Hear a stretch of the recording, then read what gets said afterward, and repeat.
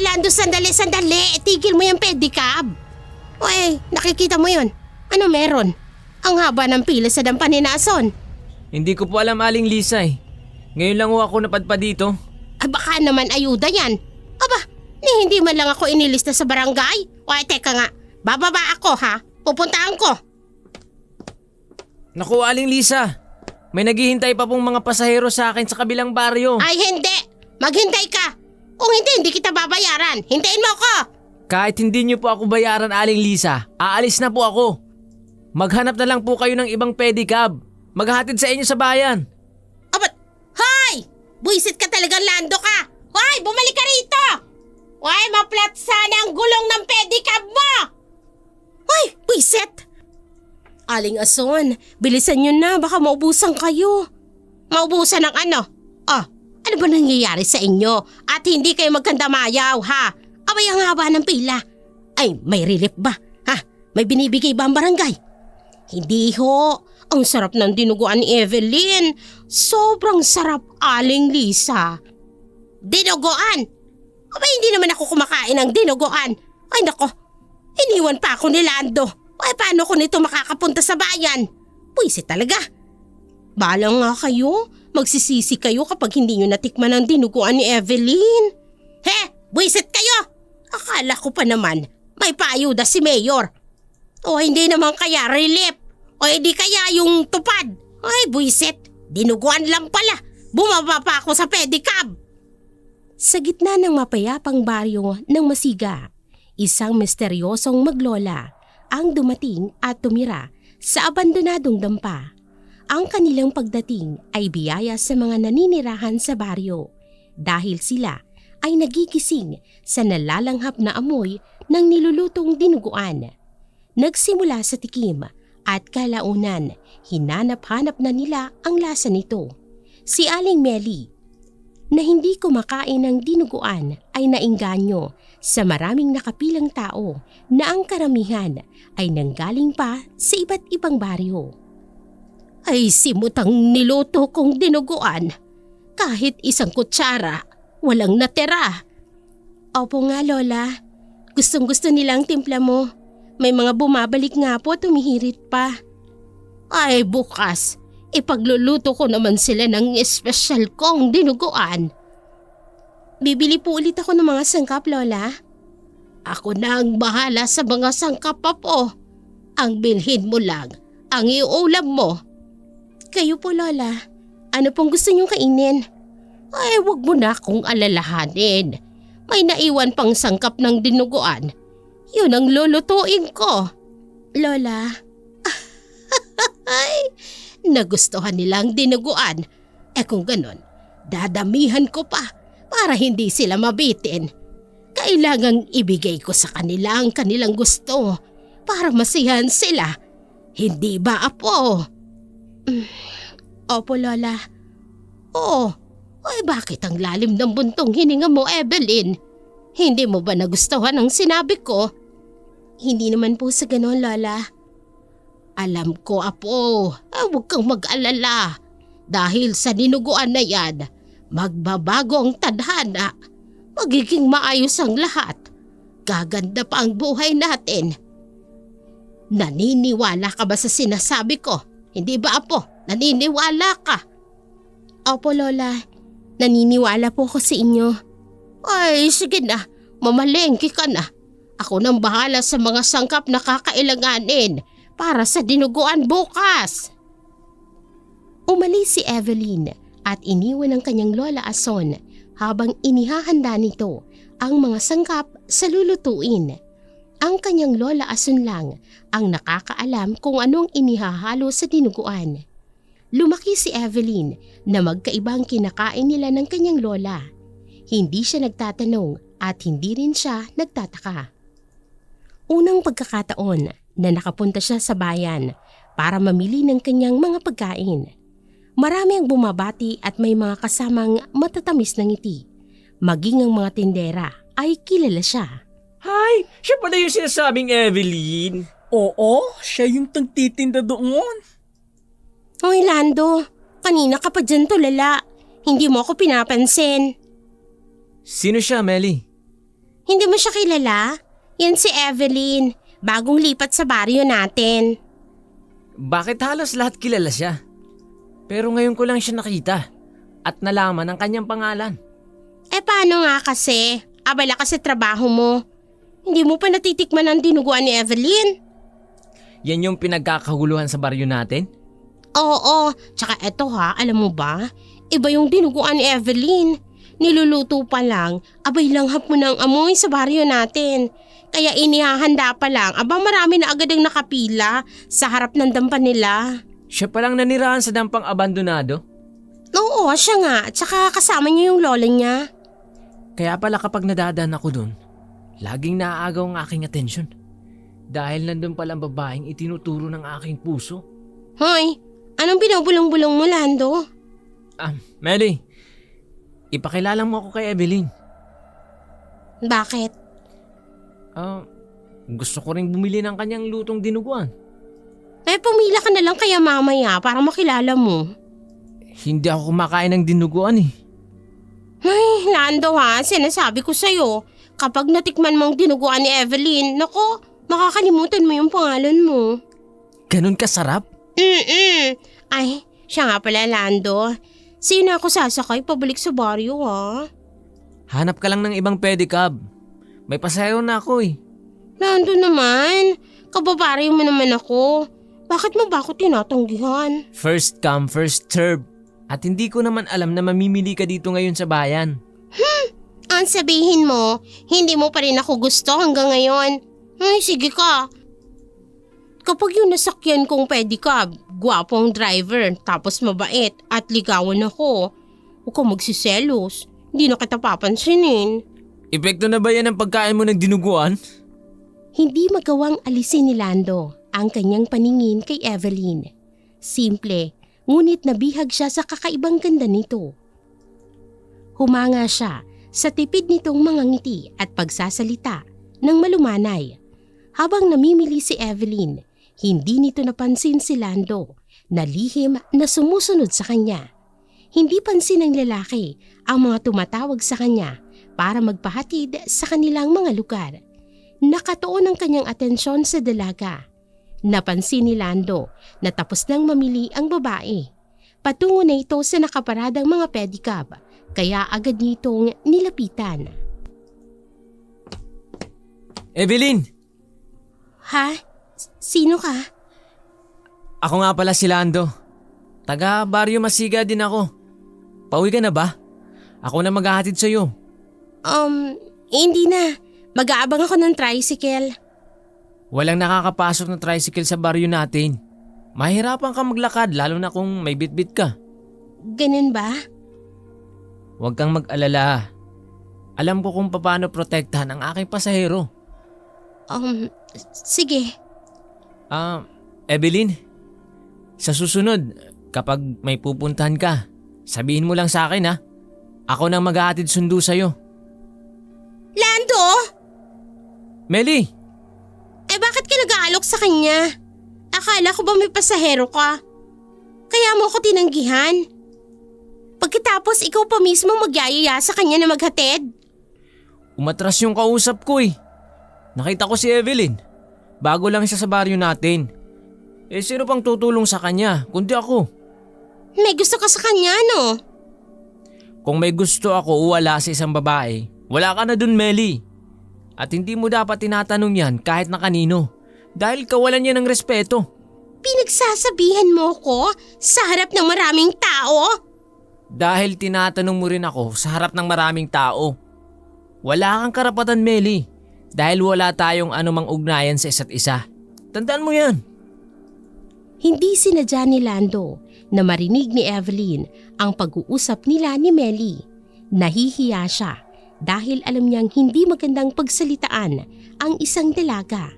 Ngunit si Melly ay may kakulitan, lalo na sa kanya na nag-aaktong may relasyon silang dalawa. Matagal niya nang ramdam ang pagpapapansin sa kanya ni Melly, ngunit wala siyang gusto dito. Napansin ni Lando ang pagdadalawang isip ni Evelyn na sumakay sa kanyang pedicab. Bago pa man magbagong isip ng dalaga, Kinuha niya na ang mga bitbit nitong pinamili at isinakay sa pedicab. Walang nagawa si Evelyn kung hindi ang sumakay na rin. Kinabukasan, pumunta si Melly sa dampa ng maglola. Inaasahan niyang may mga tao na namang nakapila para bumili ng dinuguan. Ngunit iba ang kanyang sadya ng araw na yon. Nakita niya si Aling Lisa na mukhang pipila na rin. Aling Lisa, saan ang punta niyo? Oh, bakit may mangko kayong dala? Hindi na ako makatiis, Melly. Ay, kanina nagising ako. Ang sarap ng amoy. Ay, nakaramdam ako ng gutom. Kaya kumain ako. Pakiramdam ko, gutom pa rin ako. Titikman ko yung dinuguan. At sa amoy pa lang, abay nakakagutom na. Ay, gusto ko sanang bumili, Aling Lisa. Kaso, naiinis ako kay Evelyn. Ay nako, tama na muna yung inis-inis na yan. Gusto kong tumikim ng dinuguan ni Evelyn. Ako na lang yata ang hindi nakakakain sa tinda nilang dinuguan. Ay, sandali, ako din. Bibili din ako. Isang mangkong dinuguan. Ako rin. Pa-order din ng isa. Oy, ano ba? Ay, bakit ka ba nanonolak? Wala kang awa? Evelyn, pakiusap. Kahit isang mangkok lang. Isang araw lang akong hindi nakakain ng dinuguan mo. Hindi na ako nakatulog kagabi. Nanuyo ang lalamunan ko. Gusto kong kumain ng dinuguan. Teka lang ho. Masyado naman po kayong matakaw. Pasensya na po pero ubos na po yung dinuguan sa araw na to. Ubos na! Ubos na, oga. Ay, naku naman, ba't naubos na? Ay, paano naman kami? Imposible. Punong-puno yan kanina eh. Isang malaking kaldero? Nakapagtatakang naubos agad yan. Ang mga nauna po sa inyo, halos isang kalderong biniling dinuguan, kaya ako madaling naubos. Kahit magkano, magbabayad ako. Anong gusto mo ha, Evelyn? Ibibigay ko sa'yo ang huling sako ng aking palay. Basta't pakainin mo lang ako ng dinuguan mo. Hindi po ganun kamahal ang itinitinda kong dinuguan. Bukas po, magtitinda po ulit ako ng dinuguan. Bumalik na lang po kayo. Hindi! Iba bukas! Ngayon ang gusto ko! Ay, Diyos ko! Gutom na ako, Evelyn! Gusto kong kumain ng dinuguan mo! Ay, grabe naman yun. Nagwawala na sa tingnan daw. Ay, oo nga naman! Hindi ako aalis dito hanggat hindi ako nakakakain ng dinuguan. Hindi ako aalis dito, Evelyn. Ano ba? Bitiwan niyo po ako. Bitiwan mo siya! Evelyn, gusto ko lang naman makakain ng dinuguan mo. Yun lang ang kailangan ko, Evelyn. Hindi kita sasaktan. Kung hindi dahil sa'yo, hindi ako makakakain ng pinakamasarap na dinuguan sa buong buhay ko. Umalis ka na. At huwag ka nang babalik dito. Kundi sasamain ka sa akin. Huwag mo nang tangkain pang bumalik sa Baryo Masiga. Sa gitna ng gulo, parang walang nangyari at tahimik na nagsiuwian ang mga nakapila. Karamihan ay nanghihinayang at parang hindi na makakain dahil ubos na ang dinuguan. Naiwan ang lalaking tinamaan ng suntok ni Lando. At nang alisin na ni Aling Ason at Evelyn ang malaking kawa na wala ng laman, para itong tulalang tumayo at umalis. Tumulong naman si Lando sa pagliligpit ng mga gamit sa pagtitinda ng maglola. Nakatingin naman si Lola Ason sa binata. Marami ng mga kalalakihan ang nagpapalipad hangin kay Evelyn, ngunit walang pinansin kahit ni isa ang kanyang apo. At ngayong may isa na namang nagpaparamdam at malakas ang dating nito, nakuha pang iligtas ang kanyang apo. Salamat sa pagtatanggol mo sa aking apo, binata. Ayos lang po, Lola. Ako nga po pala si Lando. Lando, ay sinong mga magulang mo? Anong pangalan nila? Sa baryong ito ba pinanganak ang mga magulang mo? Kailan ka ipinanganak? Anong taon? Lola? Sasagutin ko po lahat ng tanong ninyo, Lola. Ay, mabuti kung ganon. Ay pero maupo ka. Gusto kitang makilala ng lubusan, binata. Sa syudad po nagtatrabaho ang aking ama. Ipinanganak po ako at lumaki sa syudad. Natatandaan ko po, Lumipat kami dito dahil dito nakabili ng murang lupain ng tatay ko. Napatayuan po ng maliit na kubo. Mula noon, dito na po kami nanirahan ng nanay ko. Totoo bang sinasabi mo, binata? Ho? Opo, Lola. Bakit naman po ako magsisinungaling sa inyo? Kahit po itanong ninyo sa lahat ng mga taga rito sa Baryo Masiga. Katulad ng sinabi ko, salamat at iniligtas mo ang aking apo sa naguhuramentado kanina. Hindi ko po sila masisisi. Lahat po, nagsasabi kung gaano kasarap ang dinugo ang luto ni Evelyn. May isa pa akong mangkong dinuguan dito. Ibibigay ko sa'yo. Gusto mo ba? Hindi po ako makain ng dinuguan, Lola eh. Ay bakit? Iba ba ang relihiyon mo? Hindi naman po, pero sige po. Kakain po ako. Lola, wag na po. Di ba ulam natin yan mamaya? Nako, ulam nyo na po pala yan. Wag na po, Lola Ason. Sa ibang araw na lang po. Kung kailan kayo magluluto uli, bibili po ako. Narinig mo ang aking apo. Ayaw kanyang pakainin ng dinuguan. Ang ibig sabihin, mahalaga ka sa kanya. Ho? Sana'y hindi magbagong iyong pakikitungo sa aking apo. Kapag wala na ako, ikaw ang poprotekta sa kanya. Parang hiniwa ang puso ni Evelyn sa narinig niya sa kanyang Lola Ason. Nakangiti ang matanda, ngunit makabuluhan ang mga salitang sinasabi nito kay Lando. Ngunit tanging siya lang ang nakakaalam. Matagal ng panahon na nabuhay ang kanyang Lola Ason sa minimithi nitong mangyari at para sa katahimikan ng matanda.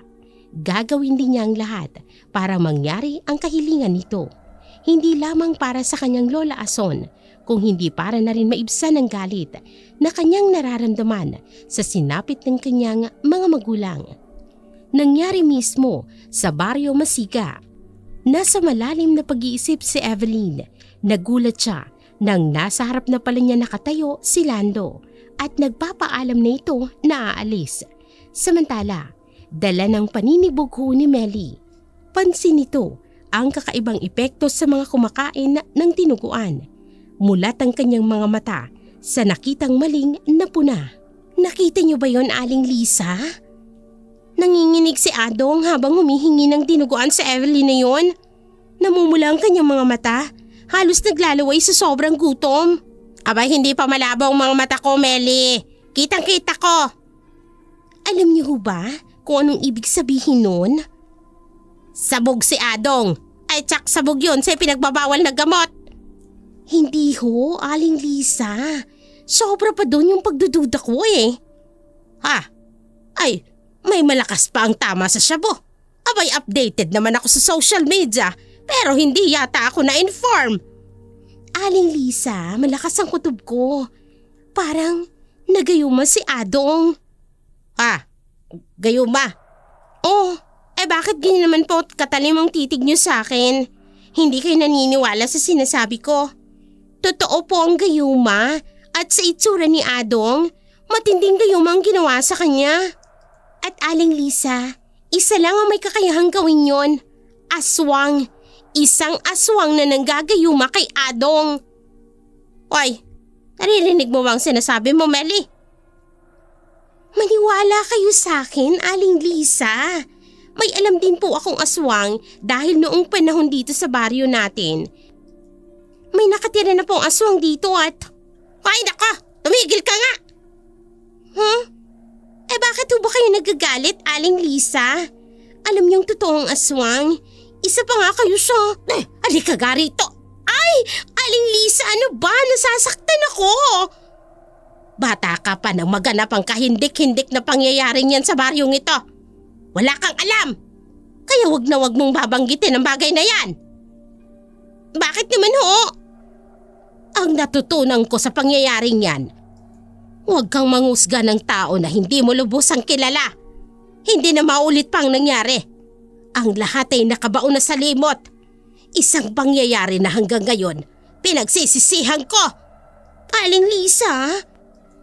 At kung totoo man yung sinasabi mo o hindi yung tungkol kay Evelyn na yon, bakit kasi si Adong lang? Sa dami ng pumipila para makakain ng dinuguan, ay di sana lahat sila na biktima na rin ng gayuma. Kung sabagay ho, no? Abay, sa ganda ni Evelyn, hindi niya kailangan manggayuma ng tao para magustuhan siya.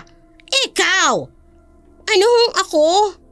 Ikaw ang may kailangang gumamit ng gayuma para magustuhan ka ng lalaki. Peh! Ay, ang sama naman ng ugali niyo. Hindi kayo magandang kausap. Ang pangit niyong kabanding. Ay, di umalis ka! Basta, masama ang kutob ko sa dinuguan ng Evelyn na yun. At hindi ako titigil hanggat hindi ko nalalaman kung anong inahalo niya sa dinuguan. At kung bakit ganun na lamang yung pagkahumaling ng mga tao para kumain ng luto niya. Aalamin ko ho yun, Aling Lisa. Ang tinutukoy ni Aling Lisa ay naganap 1 dekada na ang nakaraan. Pangyayaring naging dahilan upang matahimik ang Bayo Masiga. Natahimik hindi dahil nagapi nila ang mag-asawang napagkamalang aswang, kung hindi dahil sa bigat ng konsensya na dulot ng pangyayaring yon. Ayaw niya nang maulit ang nangyari. Samantala, halos mapuno ang malaking kawa ng dinuguan. Sinadyang dagdagan upang lahat ay makakain. Dumarami na rin ang mga dayo para lamang makakain ng dinuguan ng maglola. Isa sa mga pumipila ay si Adong. Nagbalik ito na parang isang maamong tupa. Ay, tingnan mo, apo. Ayan. Ay, kanina nagkakagulo. Naguunahan sa pila. Pero gayon, tahimik silang lahat na nakapila. Sumusunod na sila sa linya. Marami na namang mapupusog, Lola. At malapit nang maganap ang ating minimiti. Mauuna na ako sa pila. Pagbigyan niyo na ako. Wala pa akong tulog. Wala pa akong kain. Kailangan kong kumain ng dinuguan. Ay, kami! Kami ang nauna! Diyan ka lang sa likod, ha? Siyang tunay, Sisi. Kami ang nauna, huwag kang sisingit-singit, no? Mawalang galang na po. Paunahin niyo na po si Mang Adong. Huwag po kayo mag-alala. Mas marami po kaming niluto ngayon. Lahat po kayo mabibigyan. Sige na po, paunahin na po natin siya. Salamat, Evelyn. Napakabait mo. Magmula ngayon, tagasunod mo na ako. Magiging mabuti na kami para sa iyo, Sisi. Ay, dahil sa sinabi niyong yan, dadagdagan ko ng takal ang inyong dinuguan. Kasama ka na rin doon, Adong. Salamat po, Aling Ason. Maraming salamat po. Makakakain na ako ng dinuguan. Makakatulog na ako ng mahimbing. Narinig niyo yun, Aling Lisa? Ay, kakaiba nga ang kanyang itsura. Taga-kabilang baryo yang si Adong. Kilala ko ang kanyang pamilya. Hindi naman siya ganyan dati. Kaya nga po, ang sabi ko sa inyo, may tinatagong lihim yung Evelyn na yan. Ay, nakapila ba kayo? Maubusan kayo ng dinuguan. Ay, naku, susmi naman. Nanggugulat naman ho kayo. Hindi nyo pa natitikman ang aming dinuguan. Kapag nalasahan ninyo, hindi kayo magsisisi. Ay, ako. Pipila ako. Gusto kong matikman ang dinuguan. Aling Lisa? Titingnan ko lang kung talagang masarap. Ay, amoy pa lang eh. Naku naman, talaga namang nakakatakam. Ay, sandali! Ay, may dala ako. ID. Senior citizen ako, no? Paunahin niyo ako, priority lane to. Ay, ito ang ID ko. Gustong pigilan ni Melly si Aling Lisa. Ngunit nakipag-unahan na rin ng matanda sa pila. Gusto ni Melly na sirain ang tiwala ng mga tao kay Evelyn. Oo nga, at isa rin siya sa natakama sa dinuguan ng maglola. Nang kumain siya nito, ay gusto pa niyang kumain ulit. Ngunit mula na mapagsalitaan siya ni Lando dahil kay Evelyn, nangibabaw ang galit niya sa babae. Nag-isip ng paraan si Melly kung paano ipahiya ang maglola. Kumpleto ng sangkap. Bago magmadaling araw, sakto na ang lasa. Konting halo pa. Halo-halo.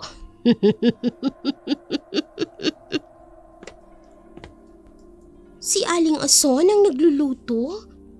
Ay, Aling Lisa, siya palang nagluluto ng dinuguan. Ay, nako. Ay, kaya naman pala masarap.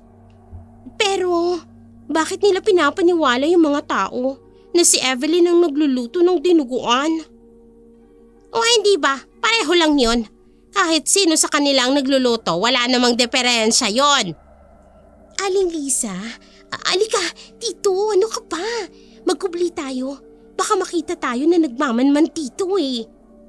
Ay, gusto ko na kasing umuwi at inaantok na ako. Ay, alam mo ba? Ngayon lang ako nakaramdam ng ganito kaantok sa buong buhay ko. Naramihan ko ang pagkain ng dinuguan kanina. Ay, busog na busog ako. Gusto ko na matulog. Ikaw naman kasi, Melly. Abay, niyaya mo pa ako dito. Hindi ito maganda. Inaantok kayo? Aling Lisa? Nagayuma na rin kayo? Ay, ano bang nagayuma? Abay, kung yung gayumang magpapatulog sa akin ng mahimbing, abay talagang araw-araw akong kakain ng dinuguan. Ay, may tao ba dyan? Sinong nandyan? Wala.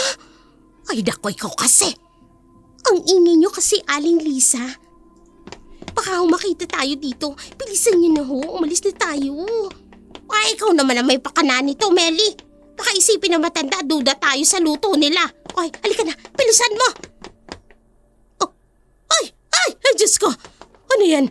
Ay, saan galing ang napakalaking itim na asong yan? Melly, tingnan mo. Ngayon lang ako nakakita ng kanyang kalaking aso. Aling Lisa. Ay, nako. Inaswang tayo, Melly. Inaswang tayo. Ay, ganito na lang. Kapag sinabi ko, takbo. Tatakbo tayo. Ha? Isa. Dalawa. Ay, takbo! Bilis! Ay, hintayin niyo ako, Aling Melly. Ay, hintay! Hingal at walang lingon na pagtakbo ang ginawa ni na Melly at Lisa. Nang huminto, nakita nilang wala ng malaking itim na aso na humahabol sa kanila. Nawala ang antok ni Aling Lisa. Nagtaka kung saan galing ang asong yun. Minsan nang may naligaw na ganoong kalaking aso at yon ang dahilan kaya kumalat ang tungkol sa aswang at doon na pagkamala nila ang mag-asawang dayo. Hindi nagtagal, ang totoong aswang ay nasukol sa ibang baryo at namatay. Balisa si Lisa nang umuwi sa kanila. Hindi na siya sasamang muli kay Melly. Ano man ang nasumpungan nila noong oras na yon ay ayaw niya nang isipin. Hindi na siya muling mag-iisip pa ng tungkol sa aswang. Huwag niyo siyang bitawan. Hawakan niyong mabuti. Impo! Oy, Lisa, halika. Mabuti at napadaan ka. Tulungan mo na ako dito. Ay, sinong? Abat, si Adong yan na. Oo, napakalakas ng taong yan. Hindi matapos-tapos ang aking orasyon. Abay, paano ko siya gagamutin? Ay, bakit niyo ho siya gagamutin? Ano ho bang sakit niya? Siya ay nasa ilalim ng itim na kapangyarihan. Ang kanyang mga mata ay nanlilisik parang sinasapian. Ang kanyang kilos ay balisa. Pagpapatunay lamang na unti-unti na siyang sinasakop ng dugong itim. Ang kanyang mga dugo at ugat sa kanyang katawan. Kapag ito ay umakyat sa kanyang utak, abay, tuluyan na siyang masasakop ng gumawa nito sa kanya. Ano ho? Ay, ang ibig bang sabihin, Impo? May naliligaw na demonyo sa baryo natin. Ay abay, wala akong natatandaan na may sinabi ako na may demonyo sa baryo natin. Ay, oo nga pala. O sino may gawa nito sa kanya? Abay, malay ko. Kaya ko nga siya ginagamot para malaman ko kung anong uri ng demonyo ang sumakop kay Adong. Ay siya, sige Impo. Abay, tutulong ako. Ano bang gagawin ko para magamot na siya? Ay, sige. Kumuha ka ng kandila. O pagkatapos, ano ang gagawin ko sa kandila? Ay, abay, kukunin mo lang. Ibigay mo sa akin at ako na ang bahala. Ako lang naman ang albularyo dito. Kaya ako lang ang nakakaalam ng susunod kong gagawin. Oo na. Heto po ang kandila. Nagugutom ako. Gusto kong kumain ng dinuguan. Dinuguan! Ay, Adong. Tumigil ka. Mamaya ka na kumain. Abay, ginagamot ka pa ni Impong Digoy. Dinuguan. Bigyan niyo ko ng dinuguan. Nagugutom ako. Bigyan niyo ko ng dinuguan. Ayan na. Nagkakaroon na ng hugis ang pinatakong kandila sa tubig na may halong langis. Ayan na. Ay, anong hugis ang lumalabas, Impo? Ay, teka. Parang iba yata ang nakikita ko. Ibang hugis. Kakaiba. Ayan na. Ayan na. Ay, ano ba yung lumalabas? Ay, teka. Anong klaseng demonyong sumakop kay Adong? Ano ho? Ano to? Wala. Impo naman Mari bang wala? Ay, tingnan nyo naman ang itsura ni Adong. Imposibleng hindi yan sinapian ng masamang espiritu. Ay, anong hugis ho ba yan? Ay baka, may sakit lang yan sa atay o sa bato. Pumili na lang siya dyan sa dalawa. Dinuguan. Bilis, bigyan niyo ko ng dinuguan. Ay, Impo. Ay, hindi kaya may kinalaman ng kinakain niyang dinuguan sa nangyayari sa kanya ngayon? Hey! Bilasan na ba ang utak mo, Lisa? Anong magagawa ng dinuguan sa ikasisira ng kamalayan at animo ng isang tao? Ang dinuguan ay pagkain. Ay, paano kung may laso ng nakain niyang dinuguan? O edi sana, nangisay na siya habang bumubula ang kanyang bibig. Buhay pa siya, Lisa. Tingnan mo, ho. Buhay na buhay. Oo nga no. Ay, baka naman ho nagkayuma si Adong. Ha? Gayuma ba kay kamo? Oh, hindi nga kaya, Impo. Natigilan si Impo Digoy. Muling tiningnan ng mariin si Adong habang inoobserbahan niya ang itsura at ang kilos nito. Ngayon lang siya nagkaroon ng pasyente na hindi niya kayang gamutin. Alam ni Impo na habang ang albularyo ay tumatanda, lalong nagiging malakas ang enerhiya sa panggagamot dahil bihasa na ito sa karunungan. Ngunit kakaiba ang kasong ito ni Adong. Hindi kayang arukin ni Impo ang itim na kapangyarihan na kumapit kay Adong. Parang may puwersang pumipikil upang kontrahin niya ito. Dalawang dahilan lang kaya hindi mapasok ni Impo. Una, matindi ang galit na may kasamang paghihiganti ang gumawa nito kay Adong. At ang pangalawa, matinding ritual na ginawa para maparusahan ng gusto ang biktima. Samantala, sa lakas ng pang-amoy ni Lola Ason, alam nito na may iilan ng nagdududa sa luto nilang dinuguan, kaya nag-isip ito ng mas mabisang paraan upang matupad ang kaduluhan ng ritual. Lola, bakit niyo ginawang 2 patak ang hinalo niyo sa dinuguan?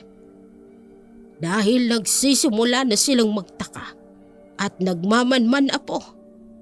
Hindi ko gagawin ito kung walang nangingialam. May malaki na pong nagbago sa kanila. Paano kung yung nagdududa ay yung hindi kumakain ng dinuguan? Nakahanda ng malaking sorpresa para sa kanila apo. Bukas, espesyal na dinuguan ang kanilang matitikman. Tao po! Tao po! Magandang gabi po, Lola Ason. Evelyn. Lola, si Lando. Papasukin mo siya, Evelyn. Lola, huwag kang mag-alala po. Ang dinuguang ito ay hindi para sa kanya. Hindi siya kasali sa mga taong may atraso sa atin. Sandali lang!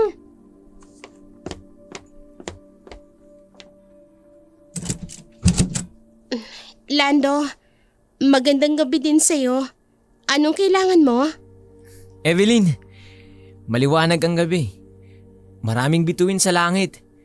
Gusto ko sanang ipaalam kay Lola Ason na mamamasyal sa burol. Magandang tanawin sa ibaba, di ba? Makikita mo ang kabuuan ng syudad kahit sa ganitong oras. Pasensya ka na, Lando, pero hindi ko pwedeng iwanan ng Lola Ason ko.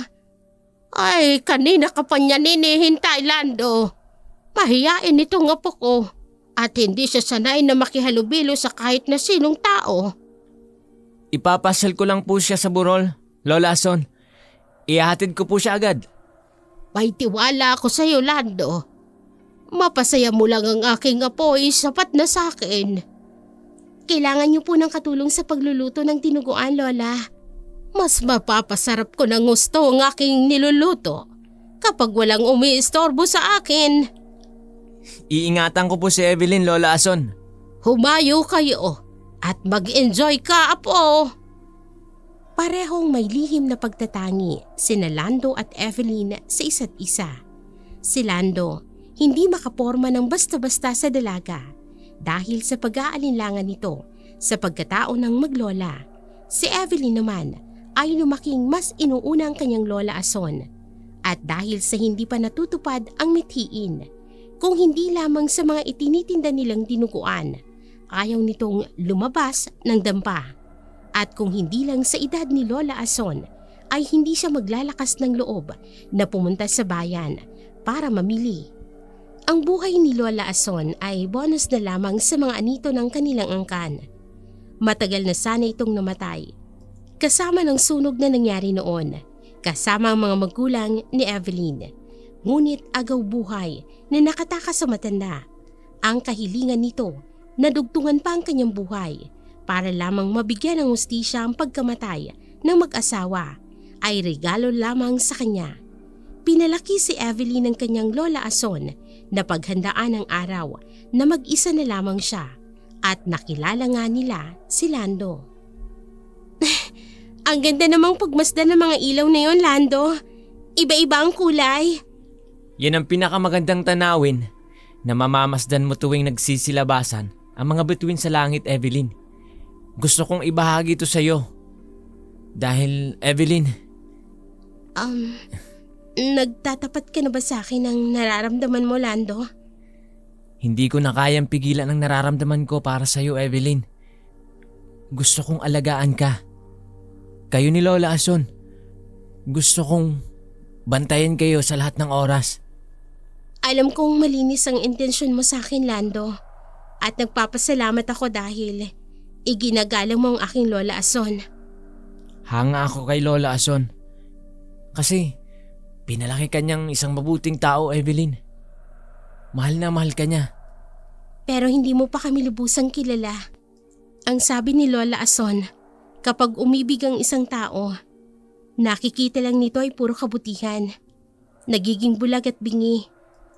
Ngunit kung ang pag-ibig ay napupuno ng kabutihan at ang puso ay nababalutan ng malakas na pananampalataya sa Diyos, kaya nitong baguhin ang mali at iakay sa liwanag ang buhay na may kadiliman.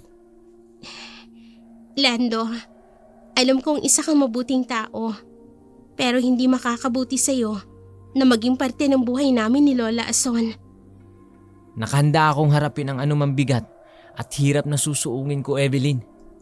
Bigyan mo lang ako ng pagkakataon na makilala ko kayo ng lubusan. Paano kung may malaman ka? Magbagong nararamdaman mo, aalis ka at iiwanan mo kami ni Lola Ason. At alam kong siyang mangyayari. Ayoko nang hintayin ang araw na yon, Lando. Evelyn, anong? Kaya ngayon pa lang, lumayo ka na habang may pagkakataon ka. Kalimutan mo na ako. Ituring mong normal na tao na naninirahan sa baryong ito. Ayoko, Evelyn. Patawarin mo ko, Lando.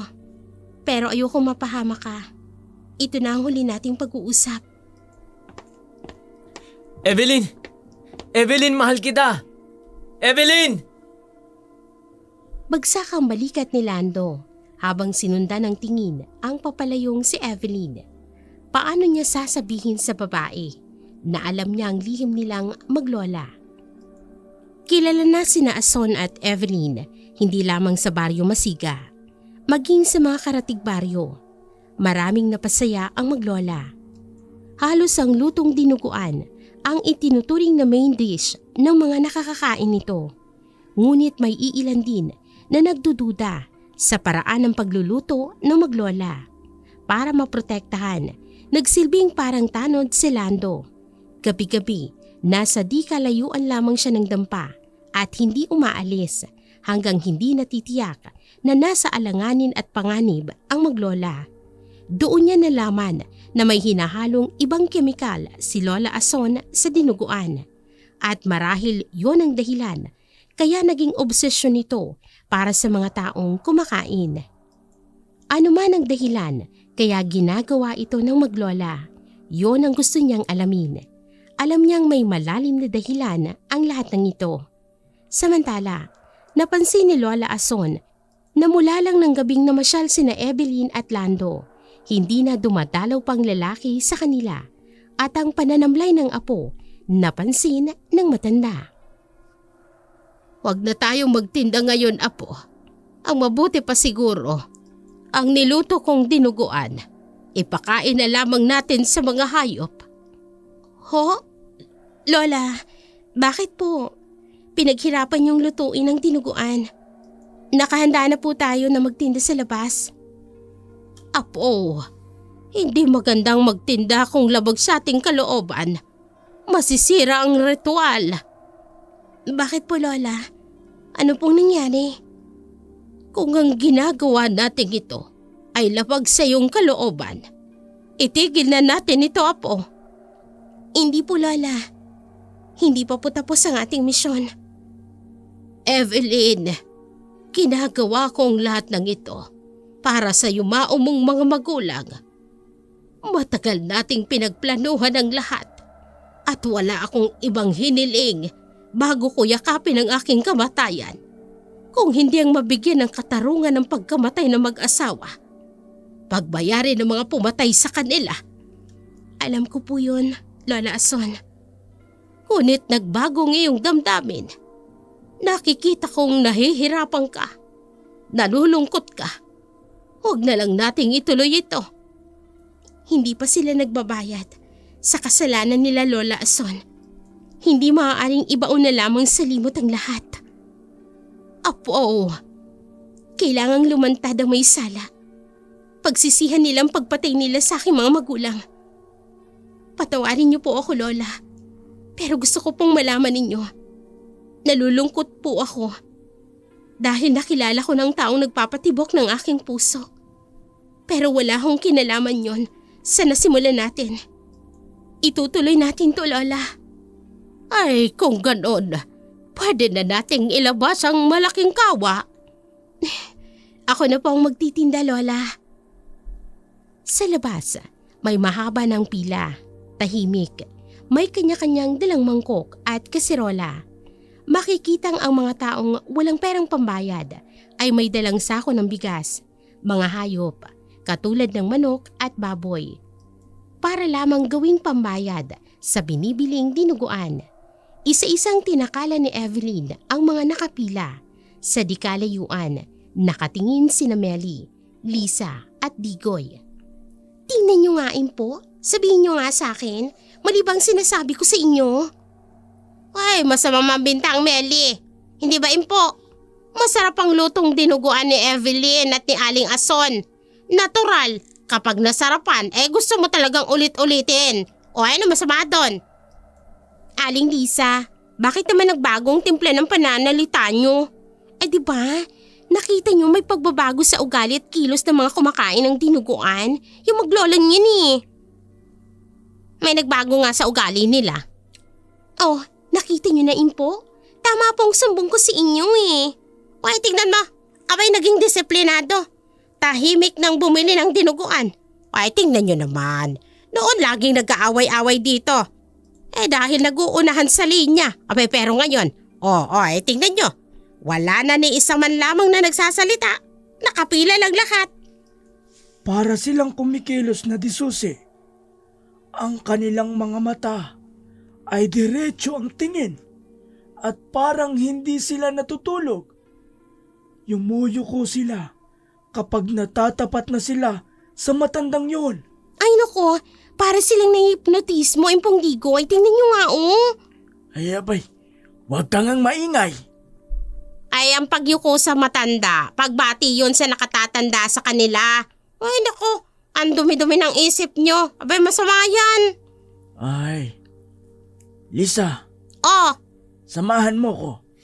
Alalayan mo ko. Impo, mas malakas pa nga kayo sa akin eh. Ay abay, sabihin mo lang kung oo o hindi. Eto na nga ho, hawak ko na ang braso nyo. Ay bibili din ho ba kayo ng dinuguan? Ay libre mo naman ako, Impo. Gusto kong makita sila ng malapitan. Sasama po ako sa inyo, Impo. Makikimarites ka lang eh.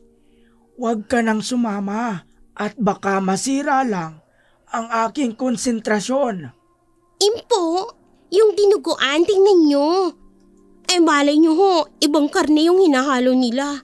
Baka ho, lamang loob at dugo ng mga taong na biktima nilang hinahalo sa dinuguan. Malaki nga ang ipinagbago ng mga taga-baryo. Dati, kapag nakikita o nakakasalubong nila si Impo Digoy, nagmamano ang mga ito sa kanya. Kinabahan ng matanda. Walang ekspresyon ang mga pagmumuka ng mga nakapila. Para itong mga robot na kumilos. Malakas ang kanyang pangontra. Kaya pumila din siya para tikman ang dinuguang itinitinda. Si Evelyn, ang siyang nagtatakal sa mga bumibili, ay nagulat nang lumapit si Lola Ason. At sinabing siya na ang bahalang magtakal sa mga susunod na bibili. Lolo, ngayon ko lang po kayo nakitang bumibili. Ilang takal po ba sa inyo? Isang takal lang, ineng. Titikman ko lang. Dahil sa edad kong ito, masama na sa aking katawan ang sobra. Sige po. Pero dahil first time niyo pong bumili dito sa amin, dadagdagan ko na po ang taka, Lolo. Kasi, tsak pong kapag natikman niyo po ang luto namin, babalik po kayo. Ako nang magtatakal para kay Impo Digoy, Apo. Salamat.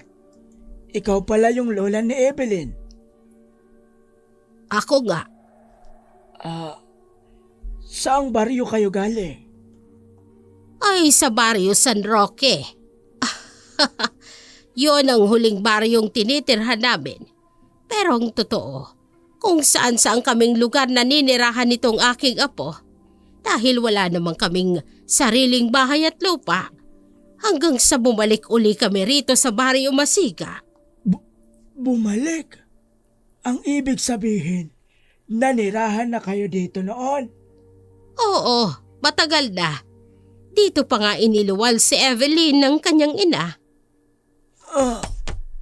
Ay, susmi naman, Impo! Ayos lang ba kayo? Pamilyar sa akin ang mukha mo. Pero hindi kita matandaan. Hindi lang ikaw ang unang nagsabi sa akin yan, Impo. Halos lahat sa lugar na napuntahan namin, kanya nang sinasabi, ay siguro marami lang talaga akong kamukha. Umalis na tayo, Lisa. Alalayan mo ko. Biglang sumama ang pakiramdam ko. Sadali lamang, Impo. Ha? Sayang ang isang mangko ng dinuguan. Kahit hindi mo nabayaran, basta't kainin mo lang. Oo, talagang kailangan ko ito. Kakainin ko. Salamat, Ason. Paano ba yan? Aalis na kami. Nagmamadaling lumayo si Impo Digoy sa lugar na yon. May puwersang tumutulak sa kanya upang mapaatras siya nang makita si Lola Ason. Pamilyar nga ito sa kanya at tiyak ni Impo na nagkaharap na sila noon ni Ason. Nabanggit niya ang isang buntis na bagong panganak. Hindi kaya'y nagkataon lamang ang lahat at sumagi sa kanyang isip. Maraming ang dumating at nanirahan sa baryong ito, pero umalis din naman. Tumayo ang balahibo ni Impo nang maalala niyang isang buntis lang ang kilala niyang nanirahan sa baryo na nagluwal ng isang sanggol na babae, si Felisa. Diyos ko! Ah! Ay naku naman, Impo, nabasag yung mangko. Abay, sayang dinuguan na tapon. Lisa! Lisa! Ano ho bang nangyayari sa inyo, Impo? Dumating na ang pag-uusig!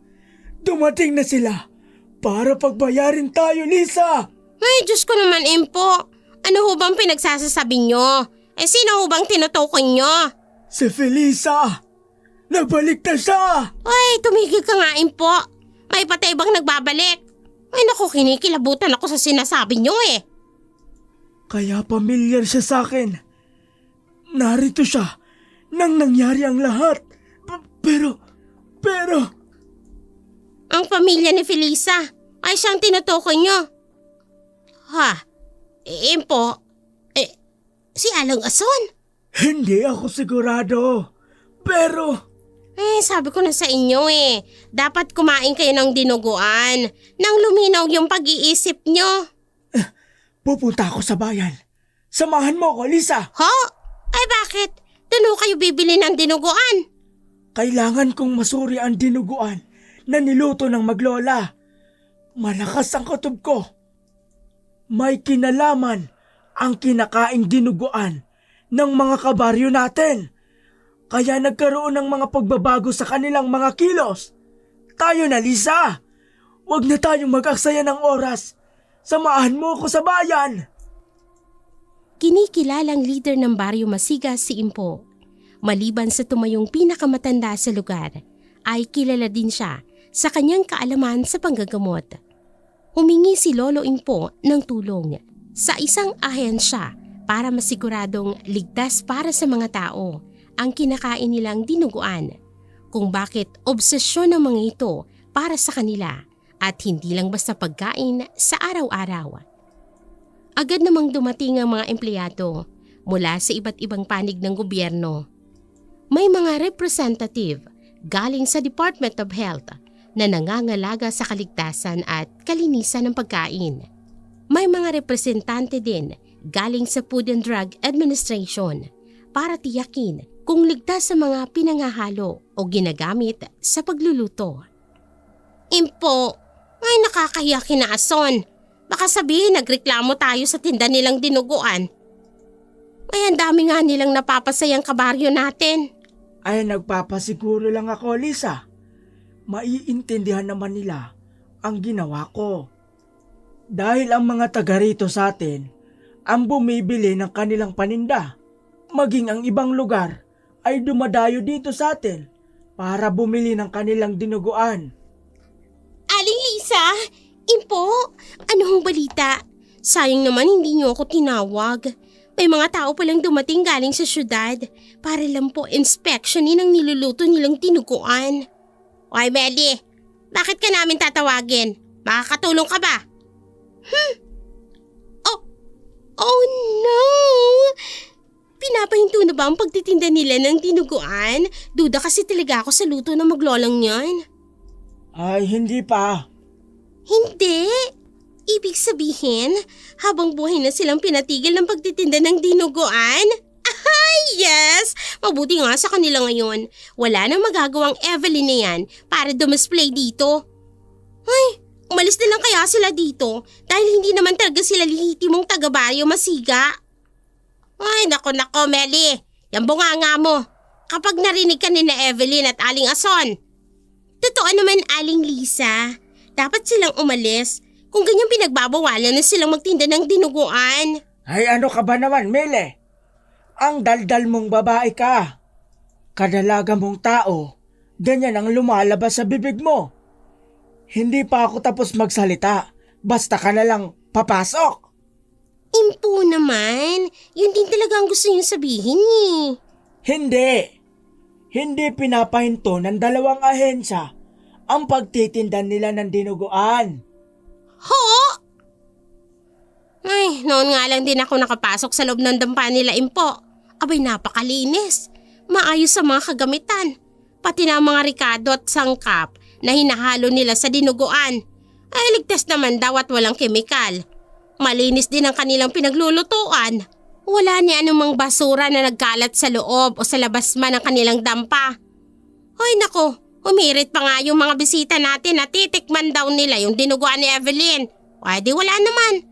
Kasi nga madaling araw pa lang niluluto ni Lola Ason ang dinuguan. Pasado sa inspection ng dinuguan? Ay paano ipapaliwanag yung pagka-addict ng mga tao sa dinuguan? Ay, Sasha, ngayong maliwanag na sa atin ang lahat, naligtas ang tindang dinuguan ni na Evelyn at Ason. Huwag mo nang sirain ang maglola, Mili. Nakakahiya. Ay nako, ang saya ko lang impo. Ay kung yung dila ni Melly na yan tadtarin at ihawi ni Aling Ason para ihalo sa niluluto niyang dinuguan. Ako! Ay, yan talagang mangyayari dahil chismosa. Hindi kumibo si Melly sa naging resulta ng pagsusuri sa lutong dinuguan ng maglola. Nakita niya ng gabing yun na parang may ibang lihim na hinahalo si Lola Ason. Kahit hindi niya nakita ng malapitan, alam niyang base sa kilos ng matanda. Sa ginawang pag-inspeksyon, naisip ni Lola Ason na wag na muna magtinda. Kaya maraming nagtaka dahil wala silang naamoy na masarap na nagpapagising sa kanila sa umaga. Nagkagulo ang mga tao at ang iba ay hindi mapakali. Nakaupo at tulala. Walang sino man ang gustong pumunta sa dampa ni Lola Ason para magtanong dahil ayaw nilang magalit ito. Ay nako, hindi tayo makakain ng dinuguan. Hindi nagluto si Lola Ason. Magugutom tayo. Hindi nagluto si Lola Ason, mga sisi. Magugutom tayo. Naku, paano na kaya yun? Gusto ko pa naman ng dinuguan. Anong kaguluhan ito? Walang dinuguan. Magugutom tayong lahat. Wala na tayong pagkain. Sandali lamang. Huminahon kayong lahat. Ay, Hindi naku, pwede paano to. naman kaya yun? Gusto kong kumain ng Kailangan dinuguan. namin ng pamilya ko ng dinuguan. Hindi ako mabubuhay Kami nang rin walang po, dinuguan. gusto rin po namin Gutom ng na gutom na ako. dinuguan. Ano nang gagawin natin? Mga kabaryo, unawain natin sina Ason at Evelyn. Baka gusto lamang nilang magpahinga. Araw-araw ay nagluluto sila ng dinuguan sa isang malaking kawa. Napapagod din sila. Hindi lang naman ang gusto nyo ang siyang masusunod. Tumigil ka, tanda! Ha? Aba Adong, gumalang ka sa nakakatanda sa'yo. Kasalanan mo to. Nagsumbong ka na hindi malinis ang dinuguan ni Lola Ason.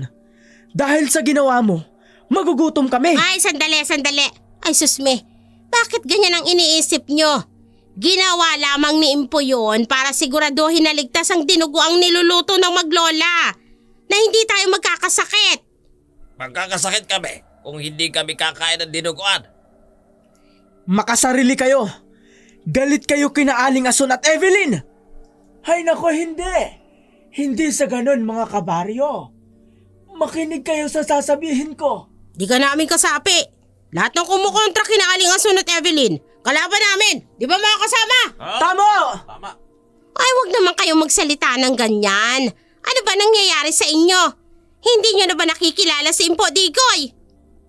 Tingnan nyo, lahat sila mapuputla. Marahas ang kanilang mga kilos para silang sinapingan ng masamang espiritu. Impo, ay mukhang iba na ito. Hindi na magandang nangyayari sa mga kabaryo natin. Mga kasama, huwag niyo sana akong husgahan. Hindi ako masamang tao. Kilala niyo ko. Nakasama niyo na ako ng mahabang panahon. May parang narinig ko na ang mga salitang yan ni Impo. Maawa naman kayo sa akin. Hindi ako masamang tao. Kapag kinalaban mo si Lola Ason at Evelyn, mananagot ka sa aming lahat. Susunugin ka namin ng buhay. Masaya si Lola Ason sa kanyang mga narinig. Ipinaglalaban sila ng mga tao sa baryo.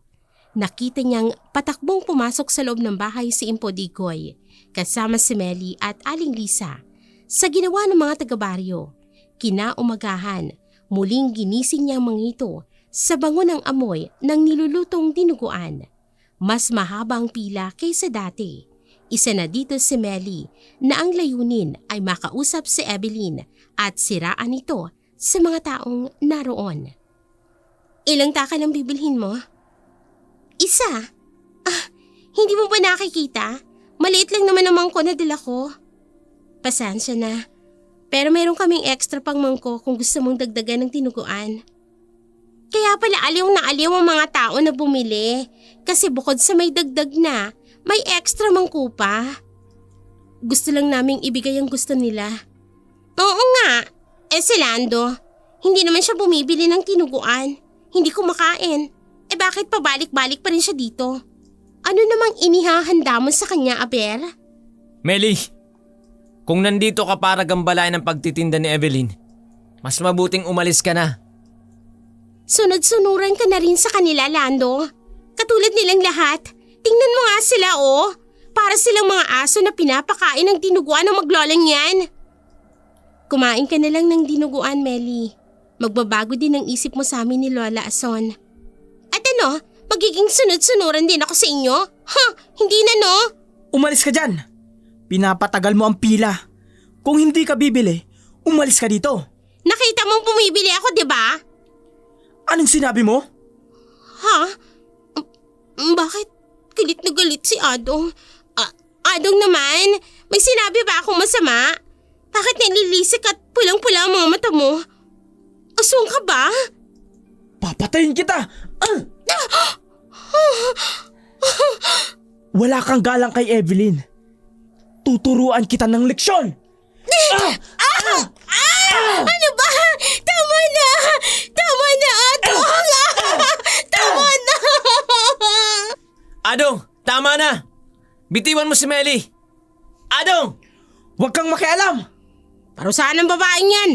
Ang Para sino saan mang yan? naninira kay Lola Ason at Evelyn. Parurusahan natin, mga kasama! Ikaw, Lando, kumakampi ka ba sa babaeng to? Adong, hindi tayo magkakaaway dito. Relax ka lang, pare. Huwag kang humarang. Papatayin ko ang babaeng yan. Itadamay kita. Tama na, Adong! Lola Ason, opo. Patawarin niyo po ako. Hindi na po mauulit. Bumalik na kayong lahat sa tamang pila. Hindi na mauulit ang kaguluhang ito.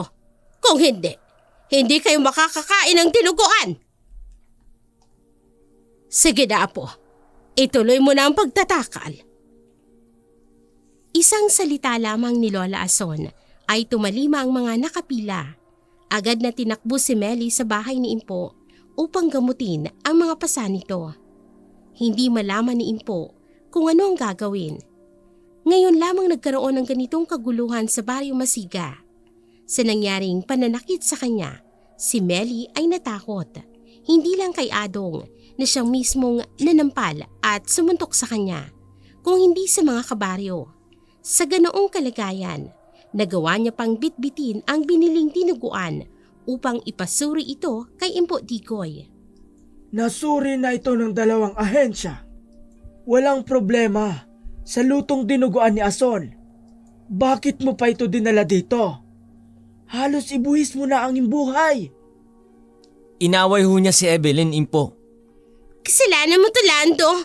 Kung hindi ka dumidikit sa babaeng yun, hindi ko siya aawayin. May relasyon ba kayo, Lando? Mele? Wala po, Impo. Assuming ka, Mele. Nakita mo nang halos sambahin ng mga taga rito ang maglolang yon.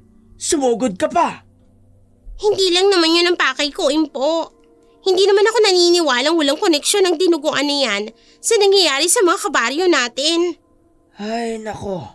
O siya, para matahimik ka na, hahaluan ko ng inorasyon ng binditadong likido ang dinuguang ito. Impo? Walang nagbago. Dinuguan pa rin. Imposible! Paano napapasunod ng maglolang yan ng mga tao, Impo? Kilala ko ang karamihan sa mga pumipila. Ang laki ho ng pinagbago nila. Imposibleng walang pinanggalingan ng lahat ng nangyayari sa kanila. Ganon din naman ang duda ko, Mele. Pero sa kaalaman ko sa paggagamot, walang lumalabas na problema sa itinitinda nilang dinuguan. Paano? Kung inilihis lamang kayo, Impo. Paano kung katulad ninyo, may taglay din silang itim na kapangyarihan? Kung magkaganon man, sana nalaman ko agad. O hindi kaya mas malakas ang taglay nilang itim na kapangyarihan kesa sa inyo, Impo? Ay, posibleng ganun nga. Mahina na kayo, Impo. Oo, ikaw na! Tumigil ka na, Melly. Ay, Impo, nagkakagulo na. Ang ginawa nila kay Melly ay maaaring maulit pa. Ay ano kaya kung pakiusapan natin na maglola na umalis na lamang dito sa baryo natin? Hindi natin pwedeng gawin yan, Lisa. Ako mismong magpapalayas sa kanila dito. Bawal yan sa batas. Lalo pa kung walang basihan para palayasin sila dito. Tanging ang korte lang ang maaaring maglabas ng writ of execution para sa pagpapaalis. Pero sila ho ang dahilan kung bakit nagkakagulo ang mga tao dito sa baryo natin. Kung magrereklamo tayo, dadaan pa rin tayo sa tamang proseso. Ang unang proseso ay pagkakasunduin lamang ang mga kasali sa gulo ni hindi nga ito aabot sa korte. Ay bilang pinakamatanda kayo dito sa lugar, wala ho ba kayong hakbang na gagawin, Impo? O hihintayin na lang po natin na magpataya ng mga tao dito dahil lamang po sa dinuguan ni Aling Ason. Isang paraan lang ang alam ko. Aalamin ko ang punot dulo ng lahat ng ito. Kinagabihan ay nag-alay ng panalangin si Impo Digoy. Alam niyang may mga nagaganap na hindi kayang arukin ng kanyang kaalaman sa panggagamot. Inilabas ang lahat ng kanyang mga kagamitan. Nasa gitna nito ang dinuguan na dala kanina ni Melly. Lahat ng kaalaman sa pangontra, mga binditadong likido, ang aklat na may nakasulat na iba't ibang klase ng mga orasyon. Nagsimula na si Impo Digoy habang tahimik lamang na nakatingin sa tabi si Aling Lisa. Ay, Panginoon ko, kinikilabutan ako, Impo! Alisin niyo ang takot niyo sa dibdib. Huwag niyong gambalain ang aking ginagawa. Kung sino ka man, nais kong ipakilala ang aking sarili sa iyo. Wala akong masamang intensyon sa pagtawag kong ito. Nais ko lamang malaman kung saang dimensyon ka ng kalawakan nang galing. Magparamdam ka! Magpakita ka!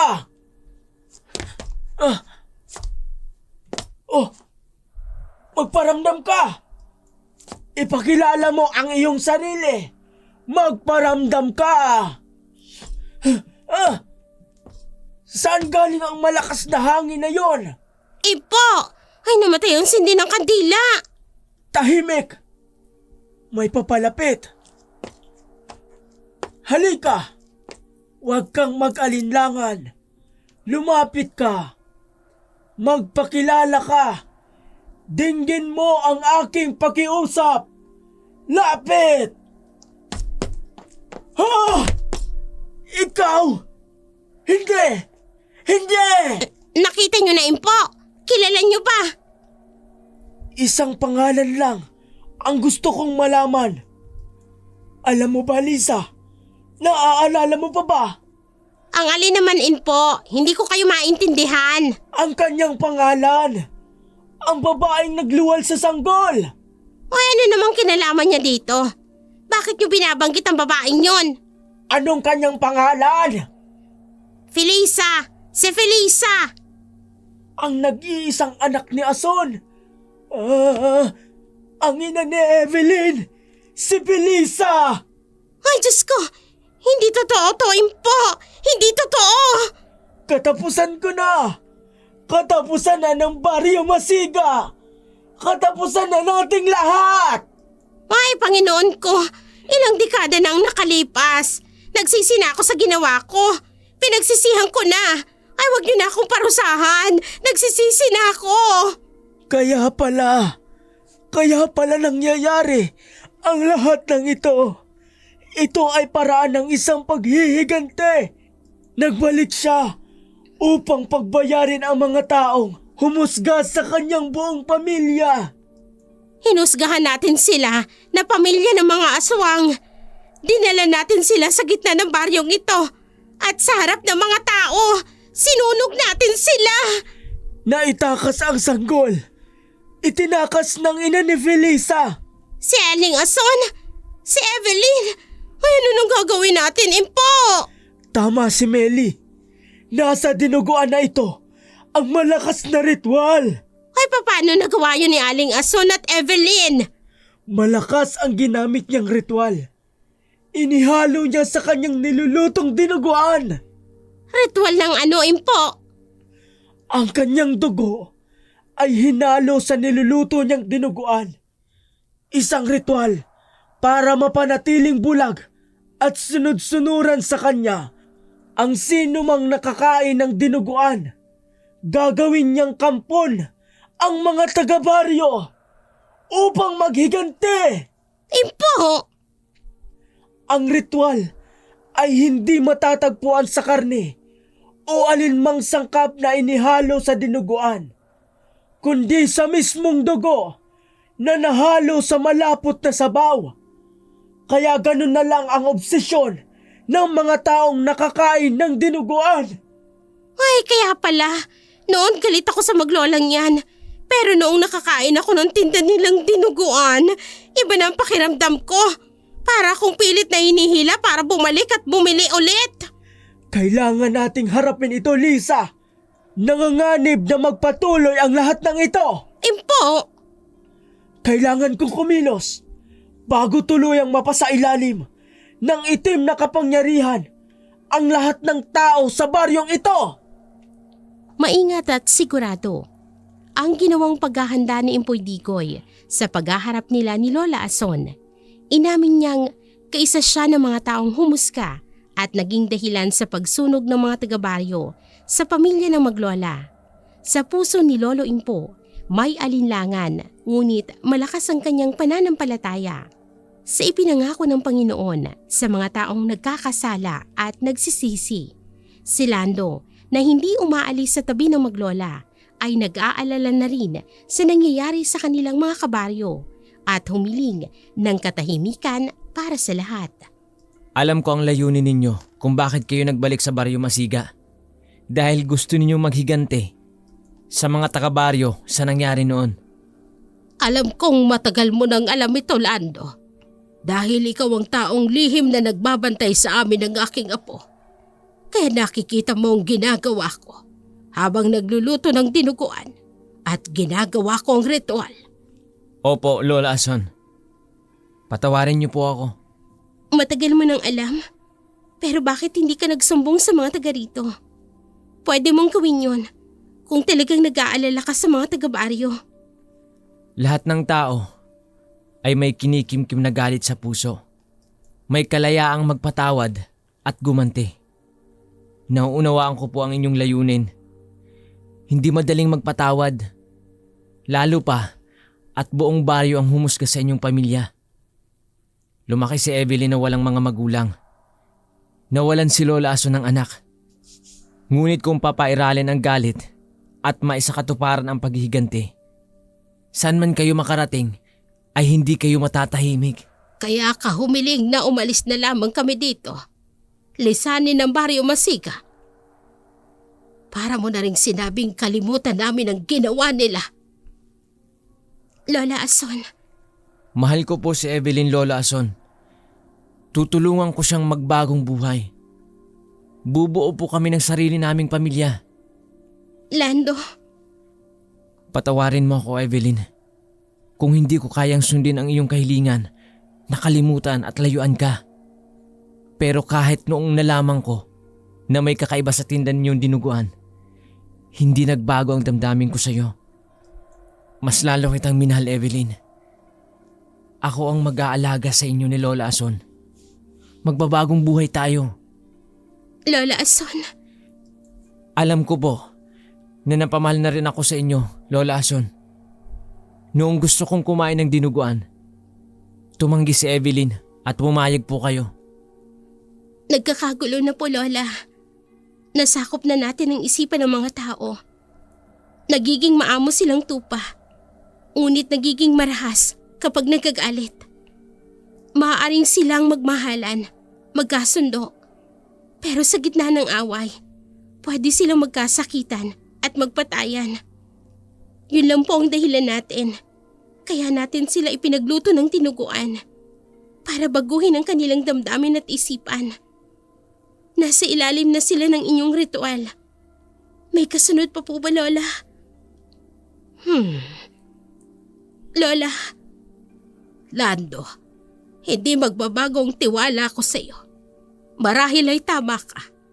At tanggap ko na rin na napabago mo ang puso ng aking apo.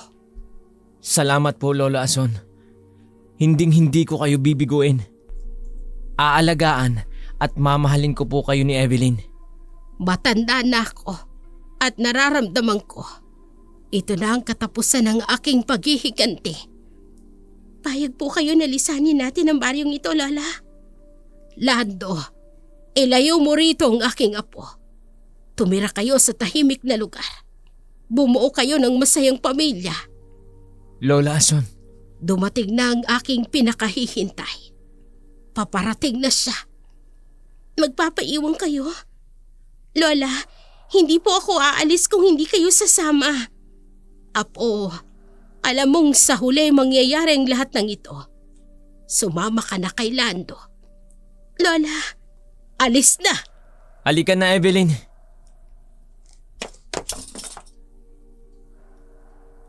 Ason, Tuloy kayo. Noon ko pa kayo hinihintay. Aling Ason, tamang-tama, may espesyal akong inihanda. Marahil ay sadyang para sa inyo ito. Dinuguan? Hindi. Hindi po ako kakain. Hindi po ako kumakain ng dinuguan. Ay, ang bango. Bakit hindi ko kayang pigilan ang aking sarili na hindi kumain? Ang bango-bango. huwag mong kainin yan, Lisa! Ason, nandito kami para humingi ng tawad sa nangyari. At nakikiusap ako. Palayain mo na ang mga taga-baryo. Alisin mo na ang ritual sa kanila.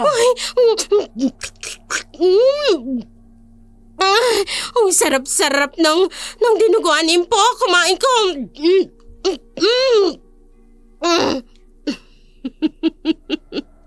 Alisin ang ritual? Palayain? Ano bang ginawa ko? Ipinagluto ko lang naman sila ng dinuguan. Hindi ko sila pinilit na kumain. Kusa silang pumunta rito upang bumili. Nagpakahirap na pumila para lamang makakain ng aking masarap na dinuguan. Alam ko ang ginawa mo, Ason.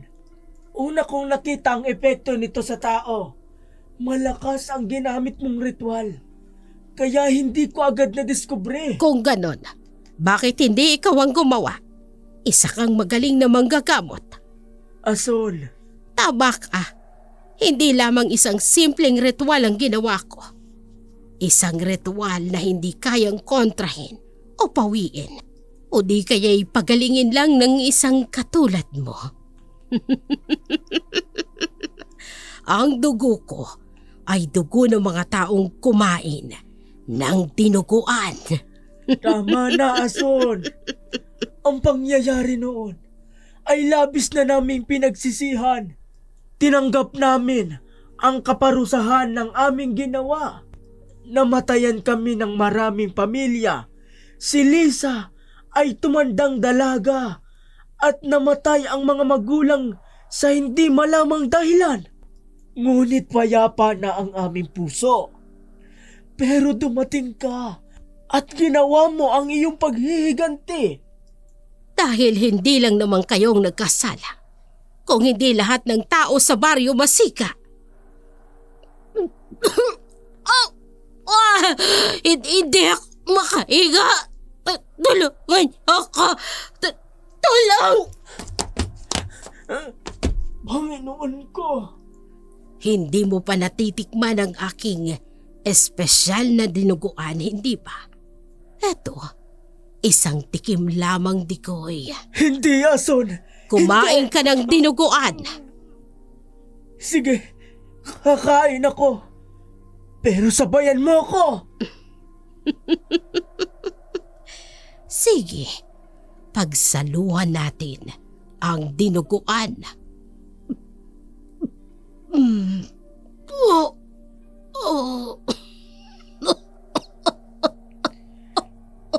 Nakalimutan mo, Ason. Hindi mo maaaring higupin ang sarili mong dugo. Kahit ikaw ang gumawa ng ritual, ito ay lason na maaari mong ikamatay. Alam ko, handa akong harapin ang aking kamatayan. Naganap na ang paghihiganti.